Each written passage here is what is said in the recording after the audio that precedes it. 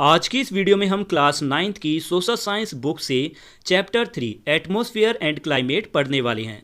इस चैप्टर में हम जानेंगे कि एटमॉस्फेयर क्या होता है, यह किन गैसेस से मिलकर बना है और यह हमारी अर्थ की कैसे रक्षा करता है।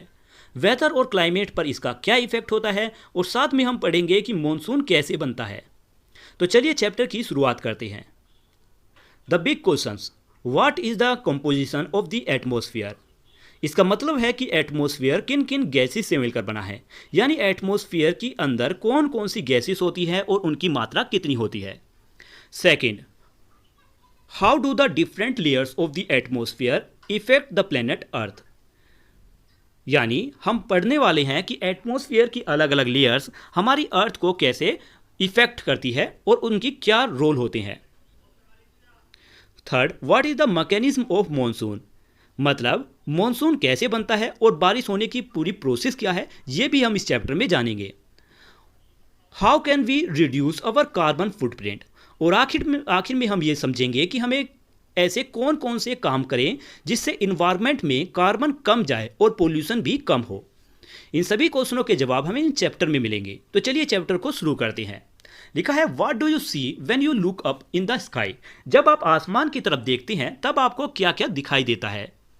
आपको आसमान में तैरते हुए बादल यानी फ्लोटिंग क्लाउड्स दिखाई दे सकती हैं, सूरज की रोशनी यानी सनशाइन दिखाई देती है और हल्की ठंडी हवा भी महसूस होती है जिसे हम ब्रीज कहते हैं। ये सभी चीज़ें इसलिए होती है क्योंकि अर्थ के चारों तरफ हवा की एक परत फैली होती है। इसी हवा की परत को एटमॉस्फेयर कहते हैं। यह एटमॉस्फेयर ग्रेविटी की वजह से अर्थ के चारों ओर बना रहता है। ग्रेविटी ही इस एटमॉस्फेयर को अर्थ से जुड़े रहने में मदद करती है।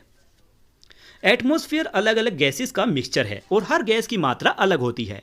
ये गैसेस अर्थ पर रहने वाली सभी लिविंग बींग्स के जीवन के लिए बहुत जरूरी है। एटमॉस्फेयर हमें सन से आने वाली हार्मफुल रेडिएशन यानी हानिकारक किरणों से बचाता है। इसमें अल्ट्रावायलेट रेडिएशन भी शामिल है जो हमारे लिए नुकसानदायक हो सकती हैं। एटमॉस्फेयर सन की कुछ एनर्जी को अपने अंदर रोक लेता है। इससे अर्थ का टेम्परेचर बैलेंस्ड रहता है और पूरी एनर्जी वापस स्पेस में नहीं चली जाती। एटमॉस्फेयर अर्थ के वेदर और क्लाइमेट का एक बहुत इंपॉर्टेंट हिस्सा है। एटमॉस्फेयर टेम्परेचर, ह्यूमिडिटी यानी हवा में नमी और एयर प्रेशर यानी वायु में दबाव जैसी चीज़ों को भी इफेक्ट करता है। नेक्स्ट है ग्रेविटी बॉक्स के बारे में। ग्रेविटी एक ऐसी फोर्स है, ऐसी शक्ति है जो उन सभी चीज़ों को के बीच होती है जिनमें मास या एनर्जी होती है, जैसे सन और अर्थ। अर्थ अपने मास की वजह से अपने ऊपर या अपने आसपास मौजूद सभी चीज़ों को अपनी ओर खींचती है। इसी खींचने वाली फोर्स को अर्थ ग्रेविटी कहा जाता है।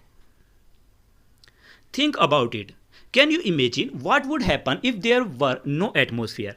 जरा सोचिए कि अगर अर्थ के चारों तरफ एटमॉस्फेयर ही ना हो तो क्या होता। तो बच्चों, अगर एटमॉस्फेयर नहीं होता तो हवा नहीं होती, इसलिए हम सांस भी नहीं ले पाते। सन की हार्मफुल रेज सीधे अर्थ पर आती क्योंकि हमें बचाने के लिए एटमॉस्फेयर नहीं होता। अर्थ का टेम्परेचर भी सही नहीं रहता क्योंकि एटमॉस्फेयर उसे बैलेंस रखने में मदद करता है। इसीलिए एटमॉस्फेयर के बिना हमारी जिंदगी अर्थ पर संभव नहीं थी। नेक्स्ट लिखा है composition and structure of the atmosphere के बारे में। यानी कंपोजिशन का मतलब है किसी चीज में क्या क्या शामिल है या वह किन किन चीजों से मिलकर बनी है। यानी अब हम जानेंगे कि एटमॉस्फेयर किन किन गैसेस और दूसरी चीजों का मिक्सचर है। लिखा है, the earth atmosphere is composed of mixture of various gases, मतलब अर्थ का एटमॉस्फेयर कई अलग अलग गैसेस के मिक्सचर से मिलकर बना है। यानी इसमें सिर्फ एक गैस नहीं होती बल्कि बहुत सारी गैसेस शामिल हैं। नाइट्रोजन और ऑक्सीजन एटमॉस्फेयर की दो सबसे इंपॉर्टेंट और सबसे ज़्यादा मात्रा में पाई जाने वाली गैसेस हैं। ये दोनों गैसेस अर्थ पर लाइफ के लिए बहुत ज़रूरी हैं। एटमॉस्फेयर में carbon dioxide, argon, helium, neon, krypton, xenon, ozone और हाइड्रोजन जैसी दूसरी गैसेस भी होती हैं, लेकिन ये बहुत कम मात्रा में पाई जाती हैं। इन गैसेस के अलावा एटमॉस्फेयर में वाटर वेपर और बहुत छोटे छोटे डस्ट पार्टिकल्स भी मौजूद होते हैं। एटमॉस्फेयर में वाटर वेपर की मात्रा हमेशा एक जैसी नहीं रहती, यह बदलती रहती है, लेकिन नॉर्मली जनरली इसकी मात्रा 0.1 से 0.4% के बीच होती है। यह वाटर वेपर क्लाउड्स फॉर्मेशन यानी बादल बनने और प्रेसिपिटेशन यानी बारिश होने में बहुत इंपॉर्टेंट रोल निभाती है। The composition of atmosphere also varies with altitude, मतलब एटमॉस्फेयर की कंपोजिशन यानी बनावट एल्टीट्यूड यानी ऊंचाई के साथ भी बदलती रहती है। यानी जैसे जैसे हम ऊपर जाते हैं एटमॉस्फेयर की बनावट में बदलाव आता रह जाता है। यह अब इस फिगर को समझते हैं। यहाँ पर देखा दिया गया है नाइट्रोजन 78%, यानी एटमॉस्फेयर का सबसे बड़ा हिस्सा नाइट्रोजन का है जिसकी मात्रा 78% है। दूसरा सबसे बड़ा मात्रा ऑक्सीजन का है, इसकी मात्रा 21% है। फिर आर्गन 0.93, कार्बन डाइऑक्साइड 0.04% और दूसरी गैसेस जैसे helium, neon, krypton, xenon, ozone और हाइड्रोजन ये 0.03% के लगभग इसमें भरी हुई हैं। आगे लिखा है how is nitrogen useful for plants. यहां आपसे पूछा गया है कि नाइट्रोजन पौधों के लिए कैसे इंपॉर्टेंट है। तो चलिए जानते हैं इसके बारे में। तो नाइट्रोजन प्लांट्स की ग्रोथ के लिए बहुत ज़रूरी होता है। यह पौधों को हरी पत्तियां बनाने और अच्छी ग्रोथ करने और प्रोटीन बनाने में मदद करता है। इसलिए नाइट्रोजन पौधों के लिए एक इंपॉर्टेंट न्यूट्रिएंट की तरह है। नेक्स्ट है स्ट्रक्चर ऑफ द एटमॉस्फेयर। या स्ट्रक्चर का मतलब है बनावट, यानी अब हम जानेंगे कि एटमॉस्फेयर अलग अलग लेयर में कैसे बटा हुआ है। लिखा है कि the atmosphere has a layered structure, मतलब एटमॉस्फेयर एक ही लेयर का नहीं बना, यह कई अलग अलग लेयर्स में बटा हुआ है। इन लेयर्स को टेम्परेचर और डेंसिटी में होने वाले बदलाव के आधार पर बांटा गया है। जैसे जैसे एल्टीट्यूड बढ़ती है वैसे वैसे टेम्परेचर और डेंसिटी में बदलाव आता है। अर्थ की सरफेस के पास हवा सबसे ज़्यादा डेंस होती है, यानी ज़्यादा घनी होती है, लेकिन जैसे जैसे हम ऊपर जाते हैं हवा की डेंसिटी कम होती जाती है। नीचे दिए गए फिगर में अर्थ की सरफेस से लेकर आउटर स्पेस तक एटमॉस्फेयर की इंपॉर्टेंट लेयर्स दिखाई गई है। यहाँ पर एल्टीट्यूड के बारे में बताया गया है। एल्टीट्यूड मतलब the height of a location above mean sea level is called altitude, usually measure in metre और फीट। मतलब एल्टीट्यूड का मतलब है समुद्र तल से किसी जगह की ऊंचाई। इसे आमतौर पर मीटर या फीट में मापा जाता है। मीन सी लेवल को 0 लेवल माना जाता है, यानी ऊंचाई इस लेवल से ही मापी जाती है। फर्स्ट है ट्रोपोस्फियर। ट्रोपोस्फियर एटमॉस्फेयर की सबसे इंपॉर्टेंट लेयर है। इसकी ऊंचाई लगभग 12 किलोमीटर होती है। इस लेयर में जैसे जैसे ऊंचाई बढ़ती है वैसे वैसे टेम्परेचर कम होता जाता है। जिस हवा में हम सांस लेते हैं वह इसी लेयर में होती है। ज़्यादातर वाटर वेपर और क्लाउड्स भी इसी लेयर में पाए जाते हैं। लगभग सभी वेदर फिनोमिना यानी मौसम से जुड़ी घटनाएं जैसे रेनफॉल, फोग और हेल यानी ओले पड़ना इसी लेयर में शामिल हैं। ट्रोपोस्फियर और स्ट्रेटोस्फियर के बीच एक ट्रांजिशन जोन होती है, यानी बीच की एक सीमा होती है जिसे ट्रोपोपोज कहा जाता है। यही दोनों लेयर को अलग करती है। नेक्स्ट है स्ट्रेटोस्फियर। ट्रोपोस्फियर के ऊपर स्ट्रेटोस्फियर होती है। यह लेयर लगभग 50 किलोमीटर की ऊंचाई तक फैली होती है। यह लेयर एरोप्लेन उड़ाने के लिए सबसे आइडियल मानी जाती है, यानी सबसे अच्छी मानी जाती है, क्योंकि यहाँ क्लाउड्स और वेदर डिस्टर्बेंस यानी मौसम की गड़बड़ी बहुत कम या ना के बराबर होती है। इसलिए यहाँ उड़ान ज़्यादा स्मूथ रहती है। स्ट्रेटोस्फियर की एक खास बात यह है कि इसमें ओजोन गैस की एक लेयर होती है। यह सन के से आने वाली हार्मफुल रेडिएशन यानी हानिकारक किरणों को फिल्टर करके हमें बचाती है। इसमें अल्ट्रावायलेट रेडिएशन भी शामिल होती हैं। स्ट्रेटोस्फियर और मेसोस्फियर के बीच की बाउंड्री को स्ट्रेटोपोज कहा जाता है। यही दोनों लेयर को अलग करती है। नेक्स्ट है मेसोस्फियर। लिखा है कि स्ट्रेटोस्फियर के ऊपर एटमॉस्फेयर की तीसरी लेयर होती है जिसे मेसोस्फियर कहती हैं। यह लेयर लगभग 80 किलोमीटर की ऊंचाई तक फैली होती है। इस लेयर में जैसे जैसे ऊंचाई बढ़ती है वैसे वैसे टेम्परेचर कम होता जाता है। स्पेस से आने वाली ज़्यादातर मीटेरोइड्स मेसोस्फीयर में ही जलकर खत्म हो जाती हैं। Don't miss out. लिखा है कि इस टेम्परेचर एल्टीट्यूड बढ़ाने पर केवल 2 लेयर्स में कम होता है। टेम्परेचर एल्टीट्यूड बढ़ने पर केवल 2 लेयर्स में कम होता है, ट्रोपोस्फियर और मेसोस्फियर, यानी सिर्फ इन्हीं 2 लेयर्स में ऊंचाई बढ़ने के साथ टेम्परेचर घटता है। नेक्स्ट टॉपिक है थर्मोस्फियर। थर्मोस्फीयर में जैसे जैसे एल्टीट्यूड यानी ऊंचाई बढ़ती है वैसे वैसे टेम्परेचर बहुत तेजी से बढ़ता है। ऐसा इसलिए होता है क्योंकि इस लेयर की गैस मॉलिक्यूल्स सन से आने वाली एक्स रेस और शॉर्ट वेव अल्ट्रावायलेट रेडिएशन को एब्जॉर्ब कर लेती हैं। थर्मोस्फीयर लगभग 80 किलोमीटर से 700 किलोमीटर की ऊंचाई तक फैली होती है। यह लेयर रेडियो ट्रांसमिशन से भी मदद करती है। यह अर्थ से तेज भेजी गई रेडियो वेव्स को वापस अर्थ की ओर रिफ्लेक्ट कर देती है। आइनोस्फीयर थर्मोस्फीयर का ही एक भाग है। इसके अलावा नॉर्दर्न लाइट्स और साउदर्न लाइट्स, जिन्हें ऑरोरास कहा जाता है, वे भी थर्मोस्फीयर में दिखाई देती हैं। Figure 3.4 aurora. Aurora word Latin word से आया है जिसका मतलब होता है सुबह की रोशनी या डोन यानी सुबह की भोर। इसका नाम रोमन गोडेस ऑरोरा के नाम पर रखा गया, जिन्हें सुबह की देवी माना जाता था। ऑरोरा का मतलब पोल्स के पास आसमान में दिखाई देने वाली रंग बिरंगी रोशनी से है। सोलर विंड यानी सन से निकलने वाली चार्ज पार्टिकल जब अर्थ के एटमॉस्फेयर तक पहुंचते हैं तो वे अर्थ के मैग्नेटिक पोल्स की ओर चले जाते हैं। जब ये चार्ज पार्टिकल एटमॉस्फेयर की अलग अलग गैसेस से टकराते हैं तो हर गैस अपनी अलग रंग की रोशनी छोड़ती है। इस घटना को नॉर्दर्न हेमिस्फीयर में ऑरोरा बोरेलिस और साउदर्न हेमिस्फीयर में ऑरोरा ऑस्ट्रेलिस कहा जाता है। एक्सोस्फीयर एटमॉस्फेयर की सबसे ऊंची लेयर है। यहाँ एयर बहुत पतली होती है।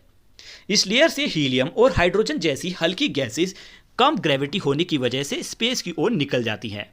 एटमॉस्फेयर की ये सभी लेयर्स अर्थ की एटमॉस्फेरिक प्रोसेस में बहुत इंपॉर्टेंट रोल निभाती हैं और वेदर साथ क्लाइमेट को भी इफेक्ट करती हैं। डोंट मिस आउट में आगे लिखा है कि the air above us exert a significant force on our bodies and yet we do not feel it. कि हमारे ऊपर मौजूद हवा हमारे शरीर पर काफ़ी फोर्स डालती है लेकिन हमें इसका एहसास नहीं होता। ऐसा इसलिए होता है क्योंकि हवा हमारे शरीर पर चारों तरफ से दबाव डालती है और हमारा शरीर भी उतना ही काउंटर प्रेशर यानी विपरीत दबाव बनाता है, इसीलिए हमें यह प्रेशर महसूस नहीं होता।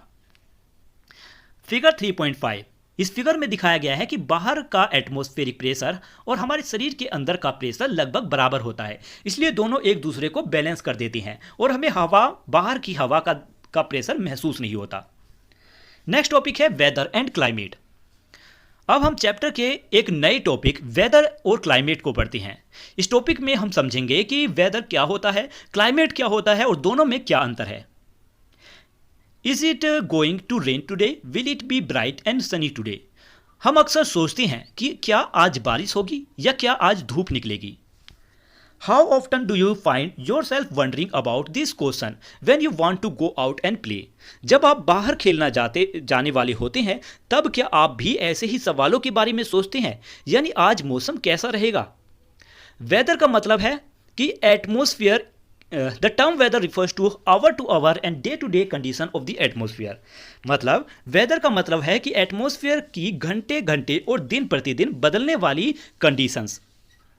अगर मौसम बहुत गर्म या ह्यूमिड यानी नमी वाला है तो हमें चिड़चिड़पन यानी इरिटेबल महसूस हो सकता है, लेकिन अगर मौसम प्लीजेंट है यानी अच्छा है और ब्रीजी यानी हल्की ठंडी हवा है तो हमारा मन चीयरफुल यानी खुश रहेगा और हम बाहर घूमने का भी प्लान बना सकते हैं। वेदर हर दिन बदल सकता है, यानी आज का मौसम और कल का मौसम अलग हो सकता है। किसी जगह के लंबे समय तक रहने वाली एवरेज वेदर को उसकी जगह का क्लाइमेट कहते हैं। क्लाइमेट का मतलब है किसी लार्ज एरिया के लगभग 30 साल या उससे ज़्यादा समय तक के वेदर और उसमें होने वाले बदलाव का average. Elements of weather and climate.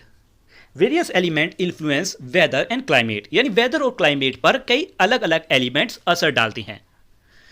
Atmosphere के इंपॉर्टेंट एलिमेंट्स जो ह्यूमन लाइफ को इफेक्ट करते हैं वे हैं टेम्परेचर यानी तापमान, प्रेसिपिटेशन यानी वर्षा, ह्यूमिडिटी यानी हवा में नमी, विंड यानी हवा और एटमॉस्फेरिक प्रेशर यानी वायु का दबाव।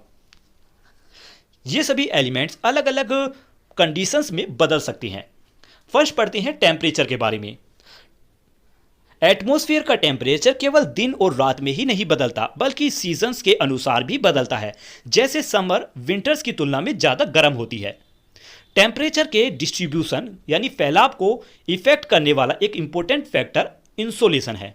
इंसोलेशन का मतलब क्या है? इंसोलेशन का मतलब है कि सन से आने वाली सोलर एनर्जी जिसे अर्थ रिसीव करती है। इक्वेटर से पोल्स की ओर जाने वाले आइसोलेशन की मात्रा कम होती जाती है।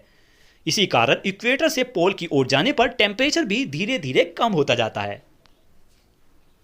फिगर 3.6 में temperate zone of the earth दिखाया गया है। इक्वेटर पर सन की रेस सबसे सीधी पड़ती है, इसलिए यहां सबसे ज़्यादा गर्मी होती है। पोल्स की ओर सन की रेस लो एंगल यानी तिरछी पड़ती हैं, इसीलिए वहां कम गर्मी पहुंचती है और टेम्परेचर कम रहता है।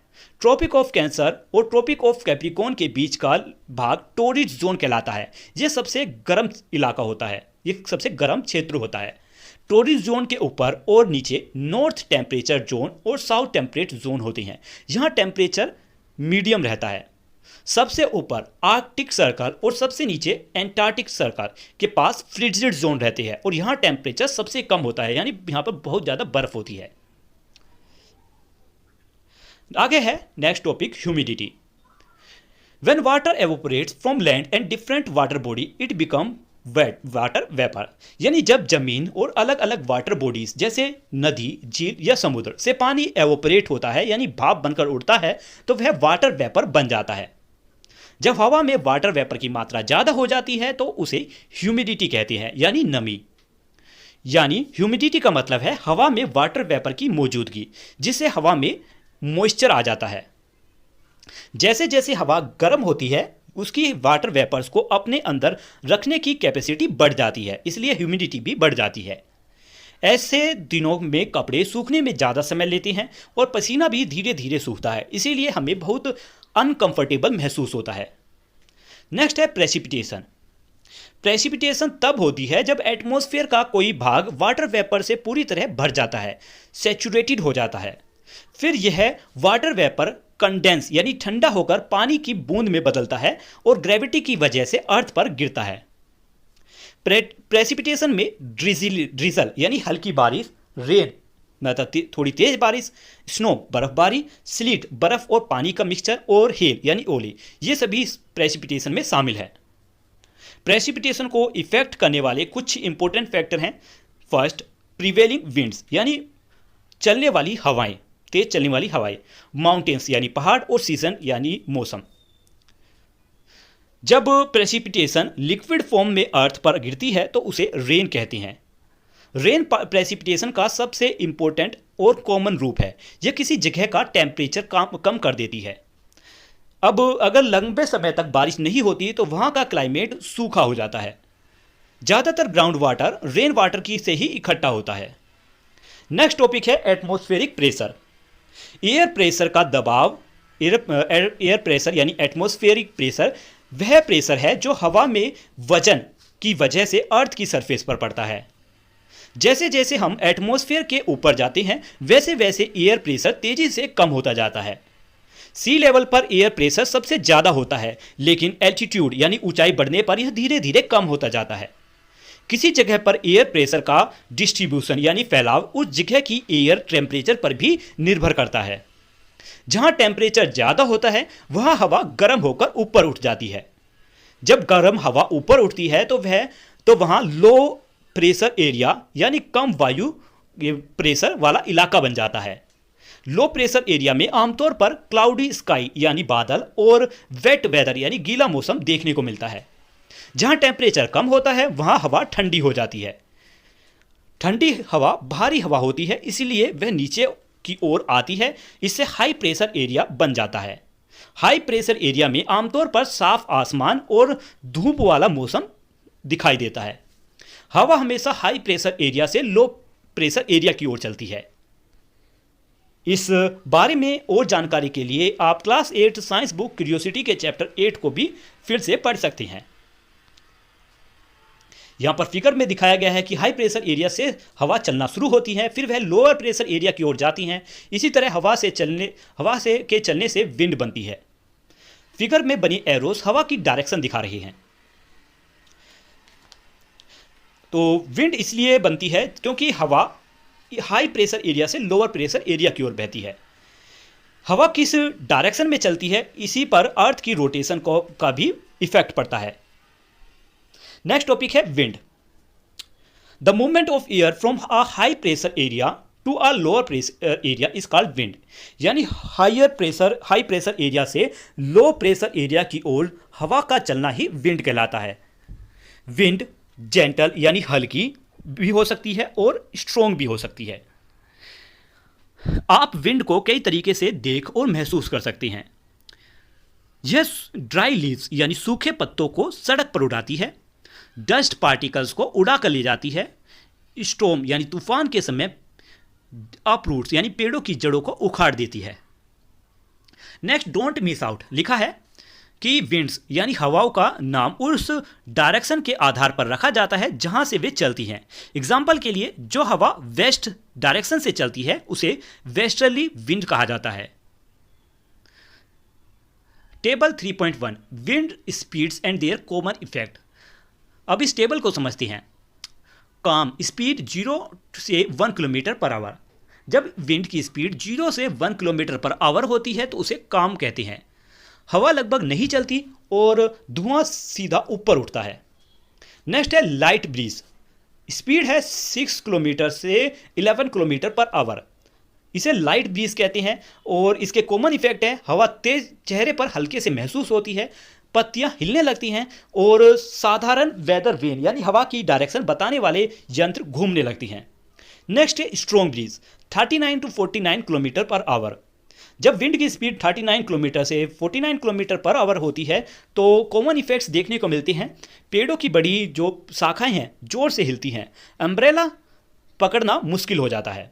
नेक्स्ट है स्टॉर्म। स्पीड है 103 किलोमीटर से लेकर 117 किलोमीटर पर आवर। जब विंड की स्पीड इतनी ज़्यादा होती है तब हमें काफ़ी ज़्यादा नुकसान हो जाता है और ये तूफान बहुत ही कम देखने को मिलते हैं। Let's explore. यहाँ पर आपको एक एक्टिविटी दी गई है। जब आप विंड की रुकिए एक मिनट। हाँ, तो आगे लिखा है local winds such as the land breeze and the sea breeze also effect the weather and climate of the place. मतलब लोकल विंड जैसे लैंड ब्रीज और सी ब्रीज भी किसी जगह के वेदर और क्लाइमेट को प्रभावित करती हैं। ये हवाएं कोस्टल रीजन यानी समुद्र के किनारे वाले इलाकों में मॉडरेट क्लाइमेट बनाए रखने में इंपॉर्टेंट रोल निभाती है। Land and sea breeze. Sea breeze एक लोकल विंड है जो दिनों के समय खासकर दोपहर में सी से लैंड की ओर चलती है। ऐसा इसलिए होता है क्योंकि उस समय लैंड सी की तुलना में ज़्यादा गर्म हो जाती है। जब लैंड ज़्यादा गर्म हो जाती है तो वहाँ लो प्रेशर एरिया बन जाता है, इसलिए हवा समुद्र से लैंड की ओर जमीन की ओर चलने लगती है। इसी को सी ब्रीज कहते हैं। नेक्स्ट है लैंड ब्रीज। लैंड ब्रीज एक लोकल विंड है जो रात के समय जमीन से समुद्र की ओर चलती है। ऐसा इसलिए होता है क्योंकि रात के समय जमीन समुद्र की तुलना में ज़्यादा ठंडा हो जाता है। तो रात में जमीन समुद्र की तुलना में जब ज़्यादा जल्दी ठंडी होती है तो जमीन और समुद्र के बीच टेम्परेचर और एयर प्रेशर में अंतर होने के कारण हवा चलती है, लेकिन इस हवा की स्पीड कम होती है। आपने देखा होगा कि वेदर कंडीशन अक्सर बदलती रहती है। कभी कभी एक ही दिन में कई बार मौसम बदल जाता है। हालांकि जब कई हफ्तों या महीनों तक मौसम का एक जैसा पैटर्न दिखाई देता है, जैसे दिन ठंडा या गर्म, हवा तेज या शांत, आसमान बादल वाला या साफ और मौसम गीला या सूखा, तो इन्हीं नॉर्मल मौसम्स में पैटर्न के आधार पर साल को अलग अलग सीजन्स में बांटा जाता है। Next, seasons in India. इस टॉपिक में हम जानेंगे कि भारत में कौन कौन से सीजन होते हैं और वे कब कब आते हैं। लिखा है the climate of India can be broadly classify as tropical monsoon. Bharat का क्लाइमेट मुख्य रूप से ट्रॉपिकल मॉनसून क्लाइमेट कहलाता है, यानी भारत की जलवायु पर मॉनसून का सबसे ज़्यादा असर पड़ता है। इंडियन मेट्रोलॉजिकल डिपार्टमेंट IMD यानी भारत मौसम विज्ञान विभाग ने भारत के 4 अलग अलग सीजन्स की मान्यताएं दी हैं। First one is winter. Winter season आमतौर पर दिसंबर से अप्रैल की शुरुआत तक रहता है। साल के सबसे ठंडे महीने दिसंबर और जनवरी होते हैं। इस समय नॉर्थ वेस्ट इंडिया में औसत टेम्परेचर लगभग 10 डिग्री से 15 डिग्री सेल्सियस रह जाता है। टेम्परेचर इक्वेटर की डायरेक्शन में जाने पर टेम्परेचर बढ़ता जाता है, इसलिए साउथ ईस्ट इंडिया में नॉर्मल टेम्परेचर लगभग 20 डिग्री से 25 डिग्री तक पहुंच जाता है। सेकंड है समर और प्री मॉनसून। समर या प्री मॉनसून सीजन आमतौर पर अप्रैल से जून तक रहता है, जब तक नॉर्थ वेस्ट इंडिया में यह जुलाई तक भी चला जाता है। वेस्टर्न और साउथ इंडिया में सबसे गर्म महीना अप्रैल होता है, जबकि नॉर्थ इंडिया में सबसे गर्म महीना मई होता है। इंडिया में ज़्यादातर इनलैंड एरिया यानी अंदरूनी इलाकों में यह समय औसत टेम्परेचर 32 डिग्री सेल्सियस से 40 डिग्री सेल्सियस के बीच रहता है। नेक्स्ट है मॉनसून और रेनी सीजन या एडवांसिंग मॉनसून। मॉनसून सीजन आमतौर पर जून से सितंबर तक रहता है। इस सीजन में humid south west summer monsoon का इस सीजन में humid south west summer monsoon का प्रभाव बहुत ज़्यादा रहता है। यह मई के आखिरी दिनों या जून की शुरुआत में धीरे धीरे पूरे देश में फैलता है। मॉनसून अक्टूबर की शुरुआत में नॉर्थ इंडिया से मॉनसून की बारिश वापस जाना शुरू हो जाती है। इस समय साउथ इंडिया में आमतौर पर ज़्यादा बारिश होती है। नेक्स्ट है post monsoon retreating monsoon.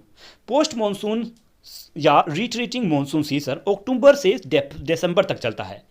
North west India में अक्टूबर और नवंबर के दौरान आमतौर पर आसमान साफ रहता है। हिमालयन स्टेट या क्लाइमेट थोड़ा अलग होता है, इसलिए वहाँ इन 4 सीजन्स के अलावा 2 और सीजन भी होती है, ऑटम और स्प्रिंग यानी पतझड़ और वसंत सीजन। Don't miss out. आगे लिखा है कि ट्रेडिशनली यानी परंपरागत रूप से इंडिया में 6 सीजन्स मानी जाती हैं। हर सीजन लगभग 2 महीने का होता है। ये हैं spring, summer, monsoon, early autumn, late autumn और विंटर। इन 6 सीजन्स का आधार एस्ट्रोनॉमिकल डिवीजन है, जिनमें 12 महीने को 6 बराबर भागों में बांटा गया है। ट्रेडिशनल इंडियन कैलेंडर में भी महीनों को इसी तरह रखा गया है, जिससे ये 6 सीजन्स दिखाई देती हैं। यहां दिखाया गया है spring, summer, rainy season, early autumn और इनके इंडियन नेम भी वसंत, ग्रीष्म, मतलब ये सभी। ये ट्रेडिशनल इंडियन सीजन है। देश के अलग अलग हिस्सों में इन सीजन्स का समय थोड़ा अलग अलग हो सकता है। नेक्स्ट पढ़ते हैं थिंक अबाउट इट को। लिखा है हिंदुस्तानी क्लासिकल म्यूजिक में कुछ राग को खास सीजन से जोड़ा गया है। यह एक एक्टिविटी है।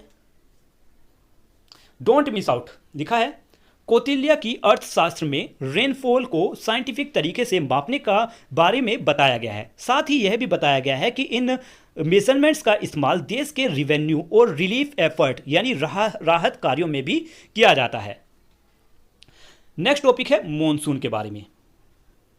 अब हम समझेंगे कि मॉनसून क्या होता है, ये कैसे बनता है और भारत में बारिश कैसे होती है। लिखा है कि इंडिया का क्लाइमेट मॉनसून विंड से बहुत ज़्यादा इफेक्ट होता है। प्राचीन समय में एंशियंट टाइम्स यानी प्राचीन समय में जो सेलर्स यानी नाविक इंडिया आए थे, वे सबसे पहले मॉनसून की इस घटना को समझने वाले में से एक थे। वे सेलिंग शिप्स यानी पाल वाले जहाज से यात्रा करते थे, इसीलिए उन्हें हवाओं की डायरेक्शन बदलने का फायदा मिलता था। इंडिया आने वाले अरब ट्रेडर्स ने हवाओं की इन सीजनल रिवर्सल यानी मौसमी डायरेक्शन के बदलावों को मॉनसून नाम दिया। यह वर्ड अरब वर्ड के मौसम से लिया गया है, जिसका अर्थ है सीजन्स। डोंट मिस आउट आगे लिखा है पहले फार्मिंग ज़्यादा मॉनसून रेन पर निर्भर थी, इसलिए भारतीय लोगों ने रेनफॉल का पहले से अनुमान लगाने के तरीके विकसित किए। कृषि परसा और भृसमिता नाम की किताबों में हर सीजन के लिए रेनफॉल का अनुमान लगाने के तरीके बताए गए हैं। कृषि परसरा में इंपॉर्टेंट तरीके स्काई में मॉनसून और सन की पोजीशन को देखकर रेनफॉल का अनुमान लगाना था। वराहमिरा ने भृसमिता में नक्षत्र के आधार पर सीजनल रेनफॉल का अनुमान लगाया। आज भी भारत में कई फार्मिंग प्रैक्टिस इन पुरानी एंशियंट मेथड्स पर आधारित है। अब है मॉनसून। बॉक्स में लिखा है कि मॉनसून का मतलब है एक साल में के दौरान हवाओं की दिशा मौसम के अनुसार बदल जाती है। नेक्स्ट लूनर मेसन यानी नक्षत्र are ways of dividing the sky into 27 equal parts along the path the monsoon travel. नक्षत्र में आसमान को मून के रास्ते के अनुसार 27 बराबर भागों में बांटा जाता है। हर भाग को किसी स्टार या स्टार्स के ग्रुप से जोड़ा जाता है, लेकिन वास्तव में यह आसमान का एक फिक्स्ड भाग होता है। मून को स्टार्स के अनुसार अर्थ का एक चक्कर पूरा करने के लिए लगभग 27 दिन लगती हैं, इसलिए वह लगभग हर दिन एक नक्षत्र के से होकर गुजरता है। इसी कारण इन्हें लूनर मैसन कहा जाता है, यानी ऐसा माना जाता है कि मून हर रात आसमान के एक अलग घर में रहता है, एक अलग नक्षत्र में रहता है। मॉनसून विंड्स सीजन्स विंड्स होती हैं, यानी ये मॉनसून में के अनुसार अपनी डायरेक्शन बदलती हैं। मॉनसून विंड्स को दो भागों में बांटा जाता है, साउथ वेस्ट मॉनसून और north east monsoon. South west monsoon, जिसे समर मॉनसून भी कहते हैं, जून से सितंबर के बीच इंडियन ओशियन, अरेबियन सी और बे ऑफ बंगाल से समुद्र की ओर से जमीन की तरफ चलती है। यह मॉनसून जनरली लैंड और सी के अलग अलग तरीके से गर्म होने के कारण बनता है। समर में इंडिया की जमीन आसपास के ओशियन की तुलना में ज़्यादा जल्दी गर्म हो जाती है। इससे इंडियन सब कॉन्टिनेंट्स के ऊपर लो प्रेशर एरिया बन जाता है, जबकि इंडियन ओशियन ठंडा रहता है, इसलिए वहाँ हाई प्रेशर एरिया होता है। हवा हमेशा हाई प्रेशर एरिया से लो प्रेशर एरिया की ओर चलती है, इसीलिए ओशियन से नमी वाली हवाएं लैंड की ओर आती हैं और बारिश कराती हैं। यही साउथ वेस्ट मॉनसून पूरे साल भारत में होने वाली ज़्यादातर बारिश के लिए जिम्मेदार होती हैं।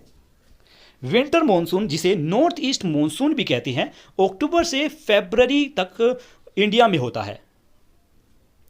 इस सीजन में इंडिया की जमीन आसपास के ओशियन की तुलना में ज़्यादा जल्दी ठंडी हो जाती है, इसलिए लैंड पर हाई प्रेशर एरिया और सी पर लो प्रेशर एरिया बन जाता है। इसी कारण ठंडी और सूखी हवाएं जमीन से समुद्र की ओर चलती हैं। ये हवाएं भारत के ज़्यादातर हिस्सों में बारिश नहीं लाती, लेकिन जब north east monsoon winds bay of Bengal के ऊपर से गुजरती हैं तो वे मॉइस्चर ले आती हैं।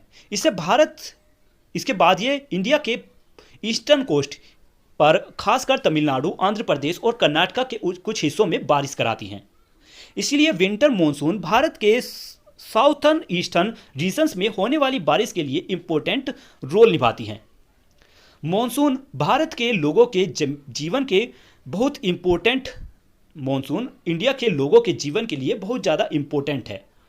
भारत की ज़्यादातर खेती मॉनसून रेनफॉल पर ही निर्भर करती है, क्योंकि फार्मर्स फसलों की सोइंग यानी बुवाई और ग्रोइंग क्रॉप्स यानी उन्हें उगाने के लिए बारिश पर निर्भर करते हैं। अगर मॉनसून अच्छा होता है तो फूड प्रोडक्शन अच्छा होता है। रिवर्स, रिजर्वर्स और वेल्स यानी कुएं सब में पानी भर जाता है। मॉनसून का असर डेली लाइफ, ट्रांसपोर्ट, फेस्टिवल्स और एम्प्लॉयमेंट पर भी पड़ता है, खासकर रूरल एरियाज में यानी ग्रामीण इलाकों में। लेकिन अगर बहुत ज़्यादा बारिश हो जाए तो बाढ़ भी आ सकती है। वहीं अगर मॉनसून कमज़ोर हो तो ड्राफ्ट यानी सूखा या अकाल भी पड़ सकता है।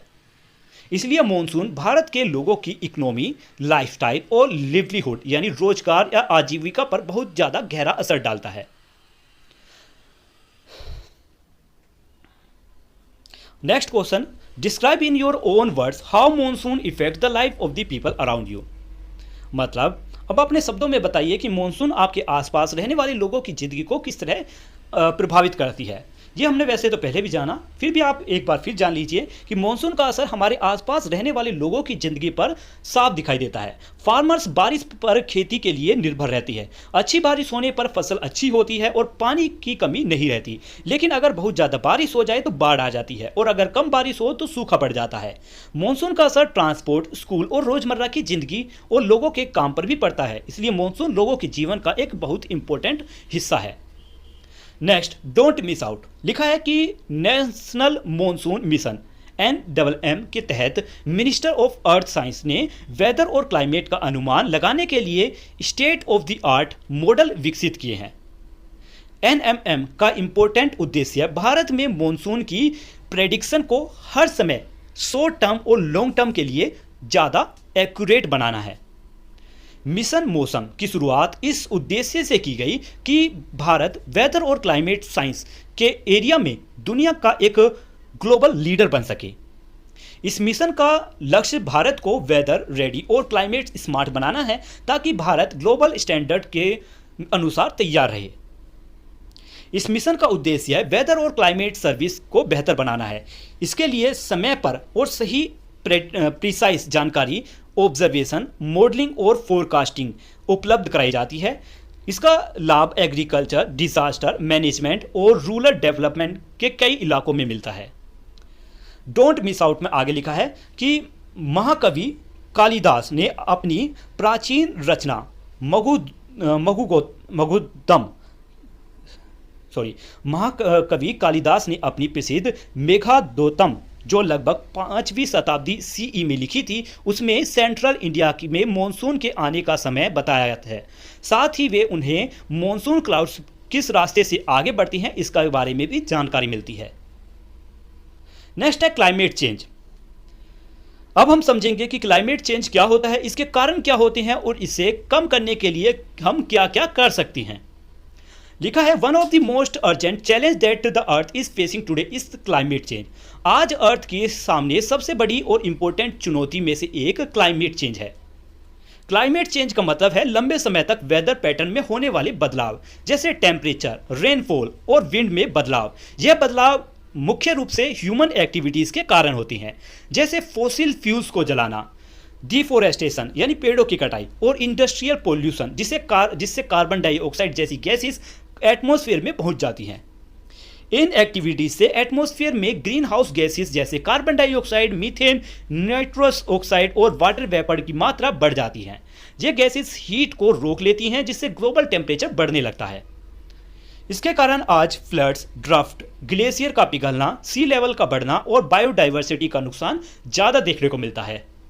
क्लाइमेट चेंज केवल इकोसिस्टम को ही नुकसान नहीं पहुंचाता बल्कि ह्यूमन हेल्थ, एग्रीकल्चर और लोगों की रोजगार और आजीविका को पर भी असर डालता है। आपने क्लाइमेट चेंज के बारे में क्लास 8 साइंस में भी पढ़ा है। क्वेश्चन है what action can be take to reduce such changes. अब सवाल यह है कि क्लाइमेट चेंज को कम करने के लिए हम क्या क्या कदम उठा सकते हैं। It also has great impact on almost all section of the population including women and children। यानी क्लाइमेट चेंज का असर लगभग सभी लोगों पर पड़ता है जिससे महिलाएं और बच्चे भी शामिल हैं। इस समस्या का समाधान हम सबके मिलकर प्रयास करने से ही होगा। इसके लिए हमें कार्बन फुटप्रिंट कम करना चाहिए, रिन्यूएबल एनर्जी का इस्तेमाल करना चाहिए, फॉरेस्ट की रक्षा करनी चाहिए और सस्टेनेबल लाइफस्टाइल अपनानी चाहिए। हर छोटा कदम ही इम्पोर्टेंट होता है। हम सभी मिलकर एक स्वस्थ और हरा भरा भविष्य बना सकते हैं। नेक्स्ट है कार्बन फुटप्रिंट के बारे में। यहाँ पर साइड बॉक्स दिया गया है कि कार्बन फुटप्रिंट आखिर है क्या। The total amount of greenhouse gases release into the atmosphere as a result of human activities such as energy use, transportation और the production of good and services. यानी carbon footprint का मतलब है human activities की वजह से atmosphere में छोड़ी गई ग्रीन हाउस गैसेस की कुल मात्रा, जैसे एनर्जी यूज, ट्रांसपोर्टेशन या गुड और सर्विस बनाने के दौरान निकलने वाली गैसेस। ये कार्बन फुटप्रिंट कहलाता है। Let's explore my carbon footprint. Step 1, my daily habits. यह एक एक्टिविटी है, इसमें आपको ऑप्शन चुनना है और आपकी डेली हैबिट्स के सबसे ज़्यादा उन एक्टिविटीज़ को, उन ऑप्शंस को चुनना है जो आपकी डेली हैबिट्स से ज़्यादा मेल खाते हैं। फर्स्ट है ट्रांसपोर्ट। आई यूजुअली यूज़ और वॉक आ साइकिल। अगर आप पैदल चलते हैं या साइकिल का इस्तेमाल करते हैं तो इसका इन्वायरमेंट पर कम असर पड़ता है। अगर आप पब्लिक ट्रांसपोर्ट या कारपूल का इस्तेमाल करते हैं तो इसका मीडियम इम्पैक्ट होता है। अगर आप छोटी दूरी के लिए भी कार का इस्तेमाल करते हैं तो इसका हाई इम्पैक्ट पड़ता है। अगर आप साल में 2 बार से ज़्यादा फ्लाइट से यात्रा करते हैं तो इसका वेरी हाई इम्पैक्ट होता है। Second, electricity use. I always switch off electrical appliance when not in use. अगर आप लाइट, फैंस और दूसरे इलेक्ट्रिकल अप्लायंस इस्तेमाल ना होने पर बंद कर देते हैं तो यह लो इम्पैक्ट है। सेकेंड, अगर आप कभी कभी अप्लायंस बंद करना भूल जाते हैं तो यह मीडियम इम्पैक्ट है। अगर आप अप्लायंस अक्सर चालू छोड़ देते हैं तो यह हाई इम्पैक्ट है। लो, मीडियम और हाई तीनों यहां पर ऑप्शन दिए गए हैं। Next, water use. अगर आप पानी का सही तरीके से इस्तेमाल करते हैं, जैसे नहाने के लिए सिर्फ 1 बाल्टी पानी इस्तेमाल करते हैं तो ये लो इम्पैक्ट है। अगर आप कभी कभी पानी बर्बाद करते हैं टैप खुला छोड़ देते हैं या ज़रूरत से ज़्यादा पानी इस्तेमाल करते हैं तो ये मीडियम इम्पैक्ट है, और अगर आप पानी बचाने के बारे में ध्यान नहीं देते तो ये हाई इम्पैक्ट है। वैसे ही वेस्ट और प्लास्टिक के बारे में है।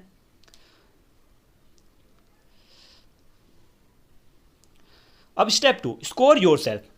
लो इम्पैक्ट चॉइस 1 पॉइंट, यानी लो इम्पैक्ट वाली ऑप्शन चुनने पर आपको 1 पॉइंट मिलेगा। Medium impact choice point choose करने पर आपको 2 पॉइंट मिलेगा, 2 पॉइंट्स मिलेंगे।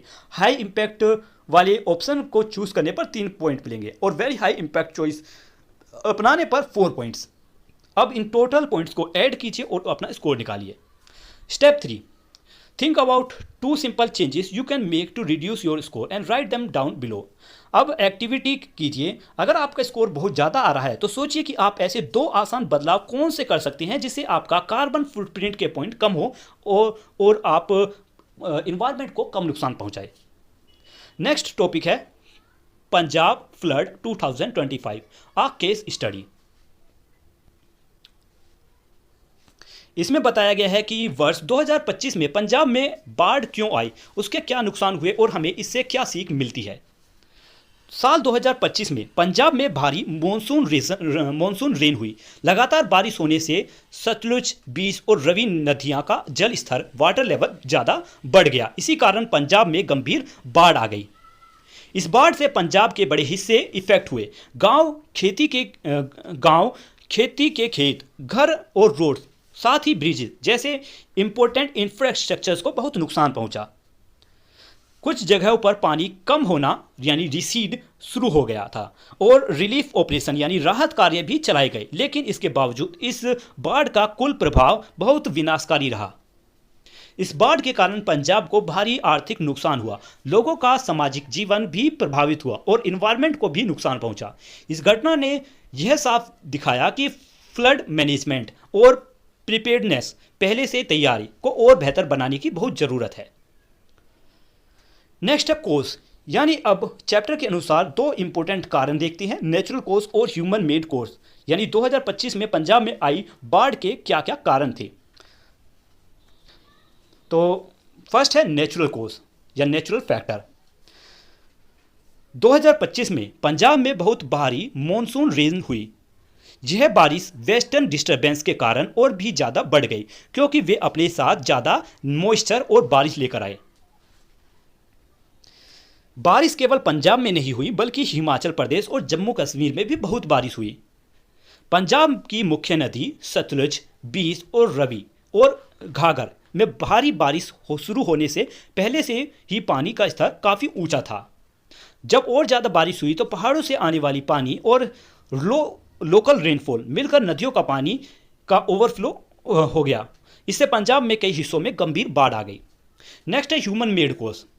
बाढ़ की स्थिति कमजोर और पुराने रिवर एम्बार्कमेंट यानी धूसी बांध के कारण और भी ज़्यादा खराब हो गई। ये बांध भारी मॉनसून रेन के दौरान बढ़ते हुए पानी को रोक नहीं पाए। लोगों ने नदियों के बहुत पास घर और खेत बना लिए थे। इससे वह नेचुरल स्पेस कम हो गई जहां बाढ़ का पानी सुरक्षित रूप से फैल सकता था। समय के साथ नदियां और बांध में स्लिट यानी गाद और मड यानी मिट्टी जमा हो गई। इससे उनकी पानी को रखने और बहाने की कैपेसिटी कम हो गई। कुछ जगह पर फ्लड वार्निंग देर से मिली या लोगों तक साफ तरीके से नहीं पहुंच पाई, इसलिए लोग पहले से तैयार नहीं हो सके।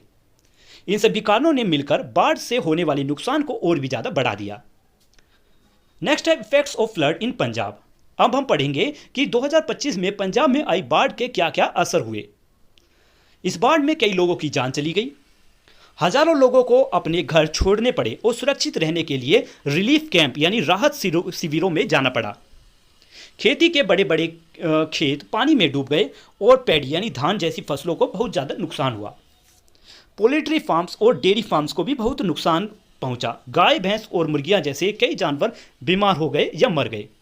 रोड्स, ब्रिज, बोर्डन फेंस और कुछ पब्लिक बिल्डिंग्स भी बाढ़ से डैमेज हो गई। गंदा रुका हुआ पानी, मर्की स्टैंडिंग वाटर यानी गंदा रुका हुआ पानी कई हेल्थी प्रॉब्लम्स का कारण बना। इससे वाटर बोर्न डिजीज यानी पानी से फैलने वाली बीमारियां फैलने लगी और सैनिटेशन यानी सफाई से जुड़ी समस्याएं भी बढ़ गई।